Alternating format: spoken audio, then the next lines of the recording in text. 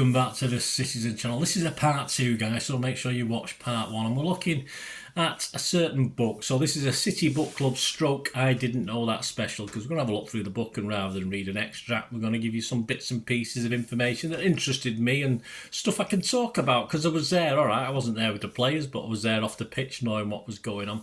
And today we're looking at this fantastic book that every City fan must own, and old or new, I mean, whether you were there or not, it's part of our history, a very important part of our history as I'm recording this. Obviously, we've got more glory days than ever, but this looks like Scunny next season.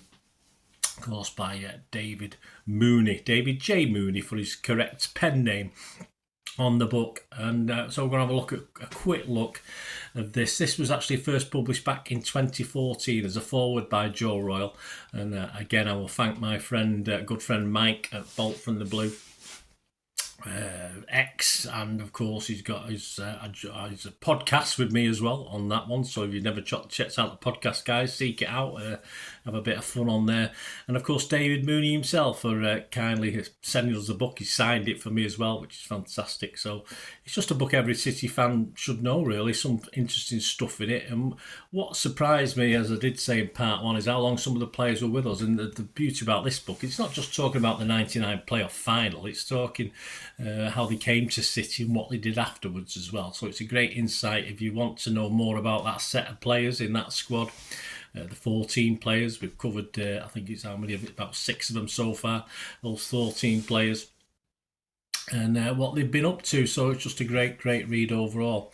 194 pages in total. So yeah, that obviously concentrates on that wonderful day back in May 1999, but more besides. Please, if you are new to the channel, please push that subscribe button, push the bell notifications, everything City past, present, as long as I can keep going. So it's great to have you on board.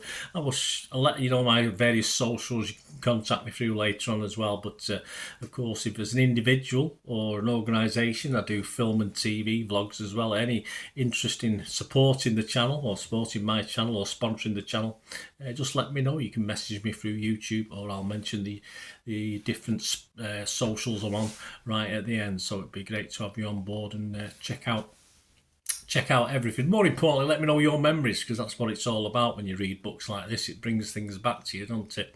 Right, let's get back to the book. We've got up to number 7, which was Michael Brown on the day. 109 appearances, 27 as sub. He scored 4 goals between July 94 and December 99. He had a debut to remember for all the wrong reasons. It won't be my dream debut feature, that's for sure. On as a sub away at QPR on the 26th of August 1995.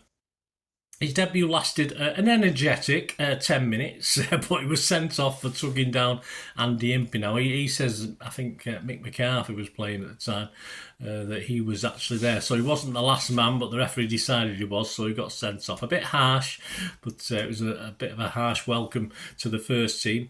He wasn't given up on anyway. He got more games. And of course, he came to City at age 14. City gave him a 6-year contract apparently at 14. There was no money mentioned to the poor guy, so you needed an agent, mate. That's what you should have got yourself, an agent. Must have been worth a few quid. Royle wanted him to go to Hull at one stage, but he didn't.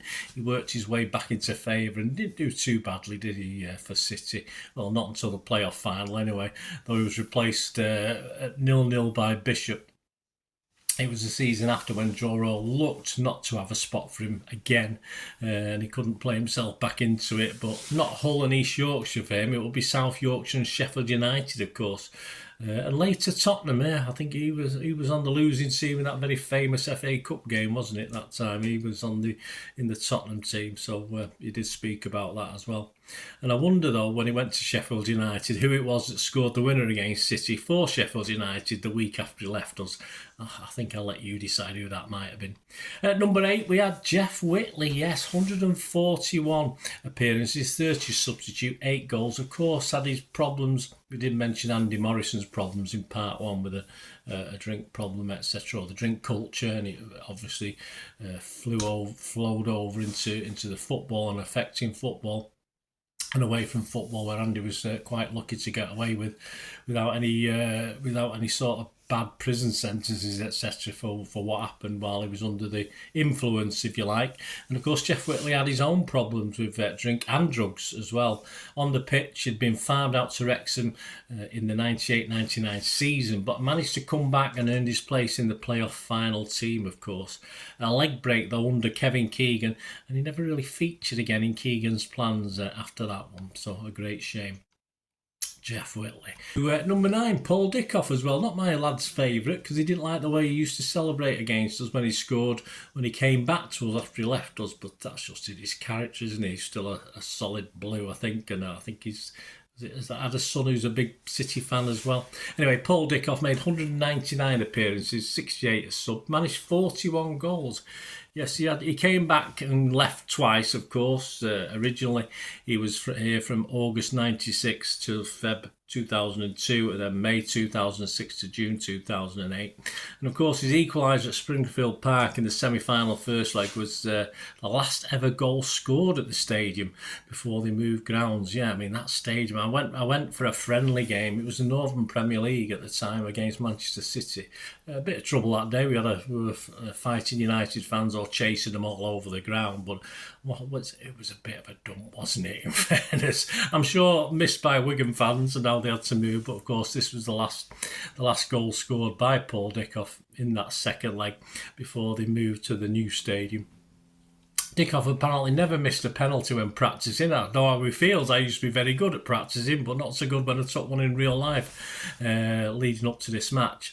Even after he told Weaver in practice where he was going to put it, he still put it in the net. He was outstanding, of course. He would miss, even despite the goal to take us into injury extra time. He, of course, would miss his penalty, hitting both posts, which you can't get closer, I suppose, but it wasn't a goal, was it? Paul Dickov. Yep, number 10, Shaun Goater, 212 appearances, 23 as sub, 103 goals from March 98 to June 2003. And to win the fans over, because you forget, he wasn't overly popular at first. It might have been something to do with his links with United. I'm not too sure, but he wasn't. And to make the fans like him or win them over, he did start taking close attention to what Paul Dickov was, of course, a hero, Paul Dickov, and tried to replicate some of what he did in his play to try and win the fans over. I mean, there was definitely work to do for Shaun, as I said, but it's really hard to think now that he had to do that. Shaun says, no, it wasn't handball at Main Road, if you remember, in that second leg against Wigan. The referee, he did bump into the referee many years later who did ask him, and although Shaun did smile, he said, no, it didn't. So I think the referee still thinks he might have handballed it, but Shaun is clear that he did not handball it into the goal. It was a legitimate goal. Of course, he hit the post in the 0-0 stages of the playoff final itself, but apparently had no memory of that, and I certainly haven't unless I watch it back. I don't know. And he was down to take our 5th penalty, but there's no need for that, was there? On to the last player who started the game. We're talking Terry Cook, of course. I've just done a feature on him. I don't know. You might be out already, guys, or it might still be in my library. But yes, Terry Cook scored 8 goals in 41 appearances and 8 appearances as a substitute between January 99 and July 2002. And as was our habit in those days, anyone who had a good game against City was considered worth buying. We did it a few times, no less with Terry, who played for Wrexham, of course, against us on that fateful day when we started to hit our streak, didn't we? Back on Boxing Day 1998. Despite we beat Wrexham 1-0, Cook was outstanding for the Wrexham team and give us our defence hell, really. Yeah, so there we go. We liked him, so we went out and got him. The 1 million fee was £600,000 down, which was a big chunk of money in those days, and the extra 400,000 was based on appearances. Guess what? Did he make them? Probably not. Terry scored from some nice free kicks for us, despite admitting that he was, whilst he was at United, he was far too embarrassed to practice with David Beckham. He felt ashamed, because how good David Beckham was. But as I said in my little thing on Terry Cook, Bend It Like Terry Cook definitely has a better ring to it to me than Bend It Like Beckham, that's for sure. And we were allowed 3 subs that day, don't forget. And number 12 was Gareth Taylor. He made 53 appearances. He's now our women's manager, of course, as I'm recording this. He might have gone by now, I don't know when you're watching this. 19 sub appearances, 10 goals between November 98 and July 2001. He joined the playoff final with City 1-0 down and 5 minutes to go. So it started well for him, didn't it? We went 2-0 down. He'd lost both his previous playoff finals. He'd been in with Bristol Rovers and Sheffield United. So at that stage, 2-0, he thought it was another one he was going to lose. And despite fancying it, he wasn't one of the 5 nominated penalty takers. Apparently Big Joe sort of ignored him and looked through him when he was picking his 5. But yeah, we believe you, mate, that's for sure.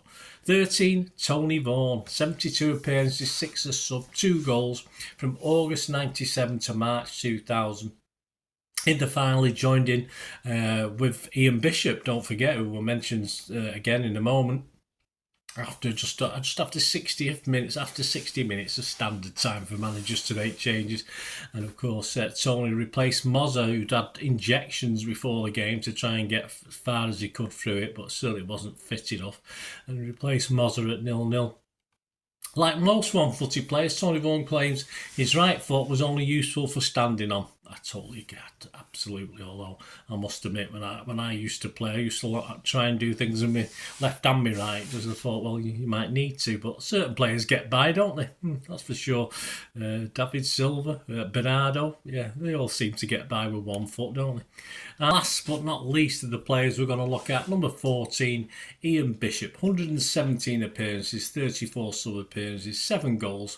And of course, he was around August 89, March 90, December 98 to March 2001. So a long stay at West Ham in between, of course. He wasn't expected to play any part in the final due to a hamstring problem that he picked up in the last game of the normal season. Despite reservations, Royle got him on the bench for the final, but of course, while he was training for that 1 week before the game, he was sort of hiding or limiting what he was doing. But of course, I'm not too sure why the physios weren't sussing this out. But I think Joe was that desperate to have him available for something of the game that they sort of let it pass and let him get away with it. So he managed to scrape himself onto the bench, and he joined play, as I said, with Tony Vaughan with 30 minutes of the normal time remaining. He doesn't really know how he got through that, plus injury time, of course. And he famously came back from London. Yeah, he was. All the guys came back, of course. There was not going to be any sort of parade or anything. I mean, because getting promotion from the third tier of English football wasn't seen as anything fantastic, which was fair enough. I would have probably agreed at the time, although as us fans were quite joyous about it. United had just won the treble, of course, so we were pretty joyous anyway. But of course, he wasn't due to come back. But they all had an impromptu party at Dickov's house with a barbecue, etc., and all the players just turned up for it. And of course, it was only Ian who stayed in London, but he got permission off his wife and the kids to get the train back. So he joined it late, but he managed to get back to join in with the rest of the team. It's a really nice story. You probably know that one anyway. And he always fancied himself a bit of an author, a bit like me. I've wrote books, never been published, but I've had a go. But he used to write children's books. He did it when his kids were little, and he used to actually illustrate the walls in the kids' rooms as well and stuff like that. But he did get an offer. He wrote 5 books. He did get an offer for a publishing deal like I did, but they wanted me to pay money, so I thought, no, you can sod that. Back in 2000, but he was going over to the US at the time to play or get involved over there, so he sort of knocked it on the head. But I wonder if his pen name's Williams. It's not him, is it? That does the books? No, I think we know who David Williams is. But you never know. He could be doing it under a pen name, because I've not seen any evidence that the books have been published under Ian Bishop anyway. But there you go. And that's Ian Bishop. That's the players. And of course, David finishes off with a chapter on Joe Royle himself. I think Joe, as I said, I've covered in many things I do, and still more to come on the channel. I think he had more reasons than most to be bitter, being sacked after it appeared he wouldn't be being sacked. He had a meal on the Curry Mile there in Rusholme with Chairman Bernstein, and obviously Bernstein wanted him to kick his backroom staff out, basically. Even people like Asa Hartford, and Joe Royle didn't like that, but Of course, he said no, but he still got the impression that his job wasn't on the line. But unfortunately, by the next board meeting, he thought it was a normal meeting. It turned into a board meeting, and he was sacked. So he's got a lot of reason to be a little bit bitter. But I think we'll conclude this little vlog and his story by saying what he said. He said it was a lovely time in my life with great memories. He said sad memories too, but overall it was a great time. Yeah, we could be sad plenty of times, couldn't we? I think we all agree with those sentiments anyway. So we had some sad days in those days, but you shake them off and get on with it, don't you? I think that's what Joe Royle did. So there you go, guys. Thanks for joining me for this part 2, this City Book Club special. This City Book Club, I didn't know that special, on Looks Like Scunny next season by the wonderful David Mooney. Let me know your memories, guys. I hope I brought some information, entertainment to you. It'd be great to hear your thoughts on this as well. You can get a hold of me, of course, just message me on here, or you can get me on my socials. I'm on X and TikTok at the same address, at Bernard_Deneen. I'm on Facebook at Bernard_Deneen. Or you can just email me as well, as I said, if you're interested in, you like what I try and do and you want to help support the channel or sponsor the channel even, we can have a chat about that. But more importantly, let us know your memories, guys. It'd be great to know your memories and anything that this great. I'm sure a lot of you got this book and any sort of memories they invoke by reading this fantastic book by David Mooney. There you go, guys. Thanks for watching. Till we meet again. Well, that's one thing, don't we? Please stay safe, Blues, and anyone else listening as well. And I'll finish off saying, come on, City. Bye for now.